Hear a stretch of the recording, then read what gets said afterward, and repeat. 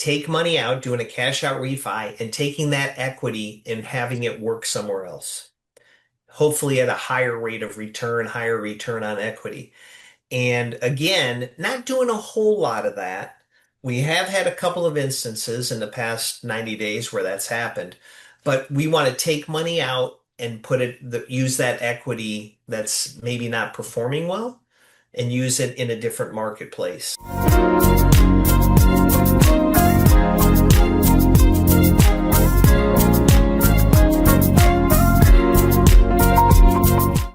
Hi, guys. Welcome to the Mortgages Made Easy podcast. I'm joined today by Dan Williams. Dan and I have known each other for probably maybe 2 decades, maybe 25 years even. It goes back a bit. Um, Yeah. and Dan is a California-based mortgage uh, professional. Um, he and I have had some great conversations over the years, and he's all excited about helping investors who own one or two small properties, help them figure out what that looks like. So, Dan, thank you for joining me, and let's go right into it, if you will. My pleasure. Thank you, sir. So, you were telling me earlier that a homeowner, an investor, would have five options as to what to do. Let's start with the premise. What are we trying to figure out before we go into the five options? Well, that's a great question. What are we trying to figure out? Because we have to help our clients, the people we work with this five options analysis. We have to help them figure out what they need to figure out, which is what do the numbers look like? What is the financial performance? And I always go back to the term, this is an investment property. So what are you looking to earn? What is your rate of return, your return on equity, all the numbers. And that's what the five options analysis starts with. And thanks for saying, Dave, that we're really making impact for that one. We call it the one home investor. And it's typically that person who bought their first home, lived in it for 5, 10, 15 years, moved up, moved out, and decided, I'm going to keep this home as a rental. And unfortunately, we have an avatar for that person. They share so many characteristics, and oftentimes it's almost more of a hobby. They're not looking at it as an investment. And that's what the five options analysis starts with is how much are you making right now? Mhm. So that's a great point because, as you pointed out, this is an investment property. And boy, if you were investing in a stock, you'd want to know what your rate of return is. And you'd want to know if you're in the right stock. And what I understood from you is that's exactly the question that you're trying to get to when you're helping a client. So let's go right into it. What's the first option that the owner of an investment property would have? The first option is keep your home and improve your performance. So we look at, and once again, this one home investor, we hear, Dave, I may be underselling it at 95% of the time. Hey, Dan, I know we're under market rent. We could be getting more, but we have a tenant we don't want to lose. They're taking great care of the property. And we do is identify, often it leads to a very poor rate of return. It may not, but most of the time it does. But that client that you don't want to lose, and by the way, I'm based in Southern California, where our rental occupancy is below 4%. I mean, vacancy is below 4%. When someone leaves a nice rental property, there are 10 people lined up to move in. So it's really a fallacy here in Southern California. Um, but we want to identify opportunities. It could come down to analyzing their tax return. I'll share a real quick story with you. Twice in the past year and a half, and Dave, we look at tax returns all the time. We had two clients that did not have any depreciation on their Schedule E. And so we asked, hey, what's going on here? And of course, the answer was, what? Huh? I don't know. Well, their tax preparer in both cases made a mistake. They went back, amended their return, and put thousands of dollars in their pocket. It's so we want to analyze what they have, bring clarity to the number we focus on as return on equity. And we see clients here with half a million, 700,000, $1 million worth of equity that are earning 1%. Mhm. Now, does that make any sense?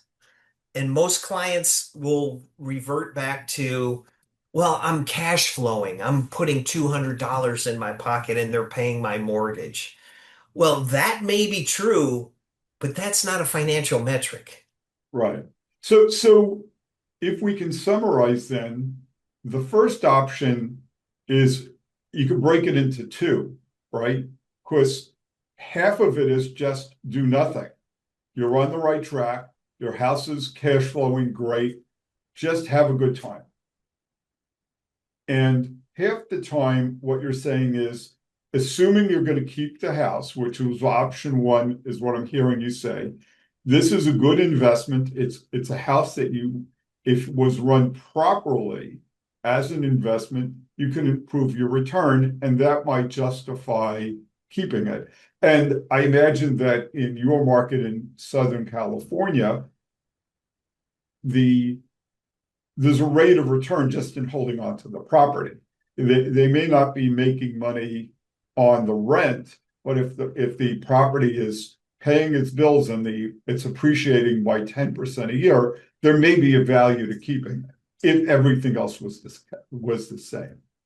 Potentially, yeah, absolutely right. And there are other non-financial reasons to keep it. It was grandma's house and we just emotionally could never sell it. Or this is where my kids are going to live when they get out of college. Or I've got a friend of mine in the Navy who's now on the East Coast. He plans on moving back to his condo in downtown San Diego after he retires. Beautiful. But every single example of those, people love that we're bringing clarity to how the property is performing financially. Now they know. So step number one, if we're going to summarize it, is get financial clarity about your current position. Yep. Let's go to option two. What's option two? Option two is to, and we'll use an industry term here, re-amortize your loans, spread out your payments to lower your monthly payment, that principal and interest, to increase cash flow. And, we're not seeing a whole lot of that happening because of where interest rates are today, because I know your clients and my clients took advantage of the rates when they were in the twos and the threes. And so those loans are not old enough and the rate is so low, there's just not an opportunity. Now, every once in a while, Todd and I just had a client that they had a hard money loan at 9% and they just were on cruise control. So there was an opportunity to re-amortize it over 30 and bring their rate down to increase their cash flow. Right. And by the way, Dave, and I want to share with you, we're working on our second book, but our first book really was helping people understand the importance of income. We've kind of gone from investment property as a description to income property because we ask a question, what's more important, appreciation or income? 90% of the clients we talk to want more income. They want more money today. Right. So we want to help them generate that if that's in their plan, if that's important to them. We just want to present the numbers in an honest way, and then they can make the proper next step if there is one. And I think that's the key point here because you have the luxury of intellectual rigor. There are times that you and I have worked with professionals in various areas who can't breathe if they don't close a transaction or they don't sell the insurance policy or whatever. And so what I love about you and I've admired about you for the decades now is that you start with a approach of integrity and customer service first. And that just comes through in this conversation. So option number one is do nothing or just do some fine tuning. Option number two is is refinance the house, because that's really what you mean by re-amortize. Mhm. Refinance the house. There are some people who may have 15-year-old loans that are at 5% for whom it might work. There are people who have um, uh, other issues that may where the refinancing might be a good path. But as you said, option number two is falling at the wayside right now until the rates readjust. Option number three. What do I got? Option number three is take money out, a refinance transaction. Take money out, doing a cash out refi, and taking that equity and having it work somewhere else. Hopefully at a higher rate of return, higher return on equity. And again, not doing a whole lot of that. We have had a couple of instances in the past 90 days where that's happened, but we want to take money out and use that equity that's maybe not performing well and use it in a different marketplace. And give you a recent example, $1 million home, $200,000 mortgage, 800,000 of equity that was earning 1.25%, I think it was. And the client says, well, let's take a couple 100,000 out and buy in a different marketplace. And the numbers made some sense. It was really interesting to see the client say, okay, I want more income. I want a better rate of return with my portfolio. And this answered that need. But once again, not a whole lot of what we're doing. And so that works when the property cash flows. And that in some fashion may go back to your first step, where you analyze the property cash flow carefully to see, because there aren't a lot of people who are going to say, I have a $100,000 mortgage now, I'm making $250 a month net. I'm going to go to a $500,000 mortgage and I'm going to start putting money into that. That's not a win situation for most people. Maybe for some people it is, especially if there's an opportunity there to jump on it. So Yep. we have option number one, two, three. Let's go to number four. Number four is what we're doing the most of right now, and that is selling the home. Back to that one home investor, selling their one rental property and buying rental properties in a different marketplace. So we typically use what's called a 1031 exchange to do that, which is 1031 is an IRS code that allows you to defer capital gains. And here in California, we've had so many people that have owned rental properties for 10, 20 years that have seen massive appreciation, where if they sell, it's going to be a big bill at the federal level, but shocker to no one that California treats capital gains income as ordinary income. So the tax rate can be, depending on what the client's earning, tax rates could be astronomical. We've seen bills equal or above the federal tax bill here in the state of California. So this 1031 exchange allows us to defer those taxes. And Right? what you have to do is buy like kind properties. Yeah, yeah. So you have a property that you bought for 200,000 15 years ago. It's worth a million. If you were to sell that property today, if you were to sell that property today, what you would have is an $800,000 capital gain, maybe even more if you've had depreciation and stuff. Well, let's say an $800,000 capital gain, and now you'd have a large state and federal tax bill.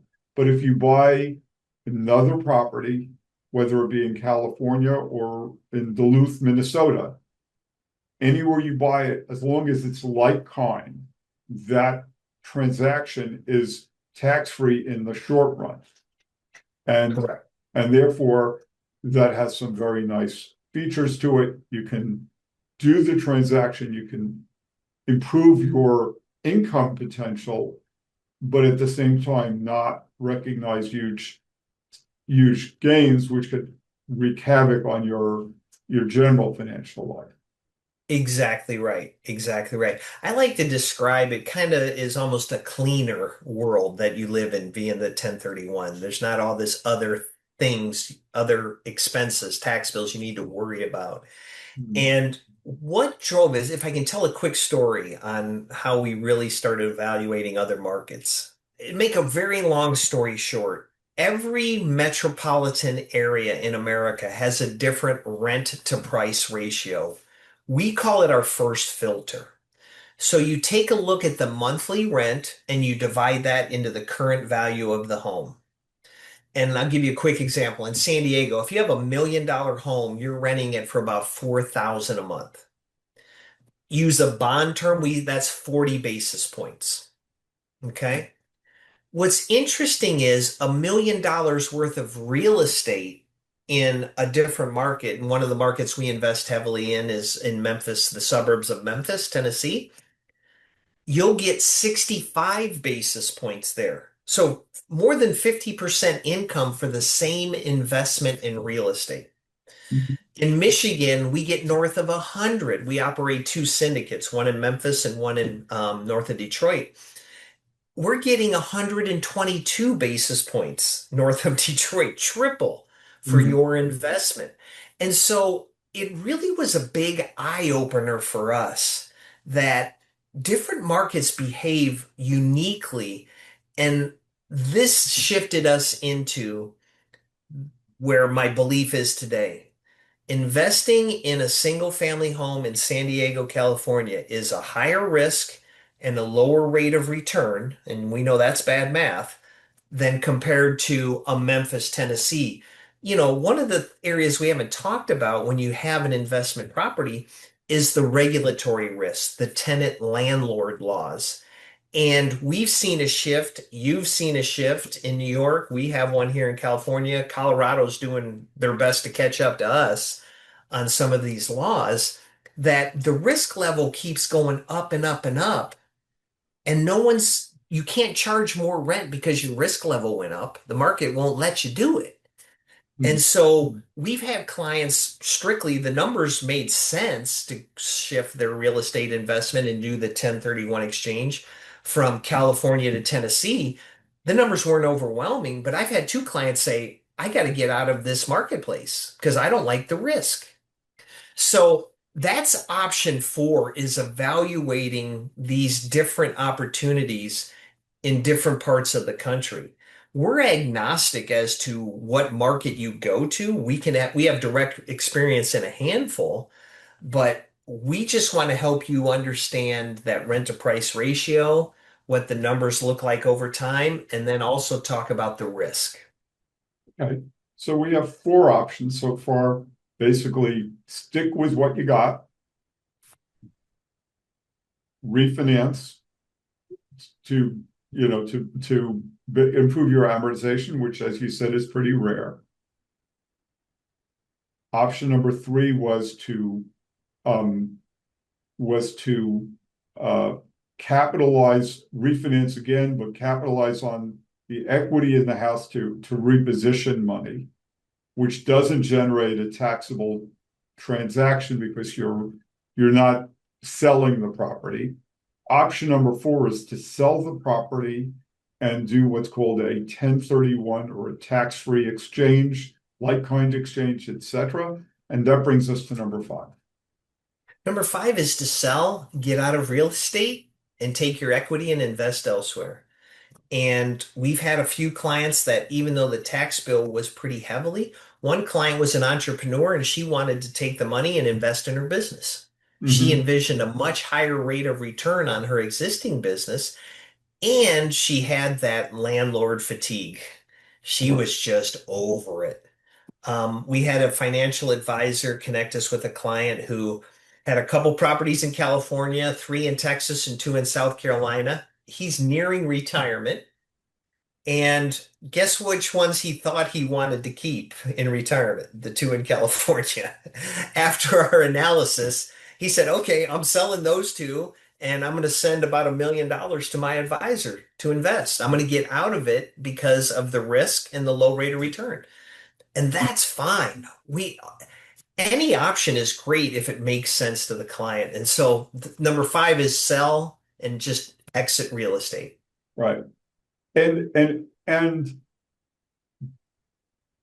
because you're agnostic as to the outcome, because you have the integrity to do the analysis and let the analysis stand by itself, you're in a position to really make a huge contribution to clients and to advisors, because a lot of your business has got to be coming from accountants and from financial planners, financial advisors who are interacting with the clients and really trying to help the clients achieve their greater goals. And I get it, because I think that this has been underappreciated in the sense of um, really giving the focus to what is it returning? Is this really a good investment? And let's go back to option four for a minute, because what I heard you say in option four, we didn't really stress it, but option four, just to remind our listeners, was to take the property, sell and do a like-kind exchange. But one of the things that you mentioned was your syndicates. And what that creates is the ability to give up the day-to-day landlord. Because if you're buying into a syndicate, it's like buying a REIT or buying another kind of property. Yes, you'll probably own a specific property. I assume in the syndicates you're being deeded a specific property, but your management responsibility is probably way, way lower. Our syndicates are set up where you own a percentage of the LLC, so you don't get deeded a specific property. And we specifically formulated the syndicate to address a couple of issues that come up with DSTs, the Delaware Statutory Trust, is if the performance is lacking in our portfolio, we can sell one unit and liquidate. You can't do that when you own an apartment complex with 500 units. You can't sell one apartment or two Right. apartments. And so that was important to us, to be able to have some flexibility inside the syndicate. And Dave, the syndicate has taught us lessons. Our syndicate in Michigan, which gosh, I think at this point is 3 or 4 years old. I can't even believe I'm saying that. Um, we have literally had turnover at every position with boots on the ground in Detroit. We have gotten rid of everybody and replaced them with somebody new.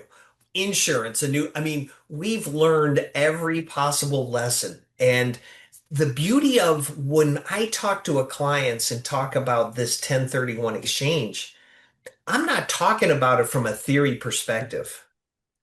We're doing it and our clients are experiencing it. And we have a track record now of doing it.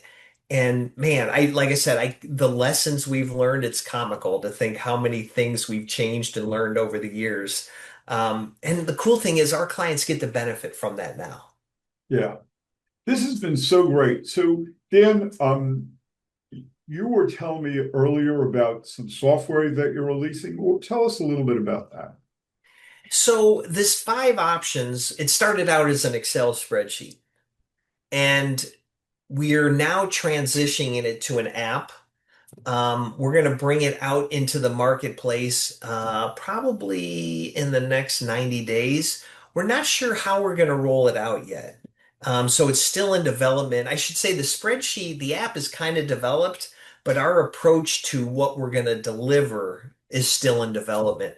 Because we want to give the tool, we want people to have access to the tool, but we don't want to give them access to the tool. And as you can imagine, part of the process is figuring out where are rates today. And if you've got a one home investor messing with the app, oh, well, bank rate says it's 5.99. Yeah, with a primary residence, 800 FICO, single family home, and 50% down.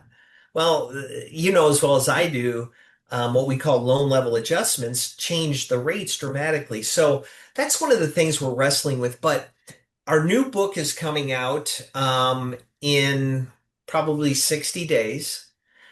and it's going to really focus on that one home investor. And so our book we put out last year called Mailbox Money. If you just go to Amazon and put Mailbox Money Dan Williams in there, it'll pop up. Which is really kind of our story on how we got started. And then this book, we are really going to dig in. We're going to have self-evaluation tools inside the book. You can score yourself on different areas and really focus to this one home investor. I was sharing with you case study, one of my good clients we helped. It was Dave, it was a beautiful event. This is months ago, and I said, "Hey, Greg, I want you to go through our five options spreadsheet." I needed to practice, right? And I'm sure you've done that with some of your clients. Hey, I want to run this by you. And he says, "Well, I can't imagine doing anything with this home. I have a half a million, 600 in equity, 600K in equity. I'm cash flowing. I've got a 3% mortgage. Thank you, Dan, for getting me that a few years ago. I just can't imagine doing anything with it." And we walked him through the five options, and he was earning 0.25 as a return on equity. Hmm. Where can I get some of that? 0.25. Where can I get some of that? 0.25, which was oh crap, kind of what? And then we looked at the five options, the 1031 exchange option, 11x his income on day one. 11x, 11 times the amount of income on day one, net income he could invest or spend. Over 20 years, he's a 40-year-old guy, wanted to look at it over 20 years. The net impact to his wealth by doing this one adjustment, $1.8 million benefit. Hmm. And so I'm just going through the numbers and sharing it with him. At the end of the call, he says, "Can I list this property tomorrow?" And this is not an uncommon story here in California. I'm sure in New York as Yeah, well. and you You're know what? The you're hitting on it from one perspective, and that is you're helping people optimize, but there are people who, as you said, are just tired of being landlords. And for them, even let's say you've made the decision, I no longer want to be a landlord, you still have to figure out what your exit strategy is. Or if you're an investment advisor and you have a client who's got a $2 million equity position in real estate, and but you don't necessarily have the tools to say, how do we figure out whether this is well invested? And frankly, and you know it, and I know it, there are markets where you have a house, it was worth $1 million 5 years ago, it's worth $2 million today. It may well be worth $3 million in 5 years. It may well be worth $3 million in 5 years if it's the right property. Maybe it's a four family or whatever it is that will carry the value. And then you go, okay, well, that may be a good enough reason to keep the property and just optimize. Or if you have fatigue, maybe you hire a management company, or right. maybe but now you start opening it up and opening up you have like the knobs, right? You can adjust the knobs and see how something's going to play out. And this has just been incredibly valuable. Dan, we will post your information along with this. This has been an incredibly valuable conversation. I've learned, and this is not the first time you and I have talked about this, but I've learned a lot just thinking about it slowly. Thank you, thank you, thank you. Guys, thank you so much for joining us on the Mortgages Made Easy podcast. I'm Dave Steinberg. We've been talking to Dan Williams. If this has been valuable to you, please take a moment and subscribe and like it below. Really important to us. Thank you so much. And Dan, knock 'em dead. My pleasure. Thank you, Dave.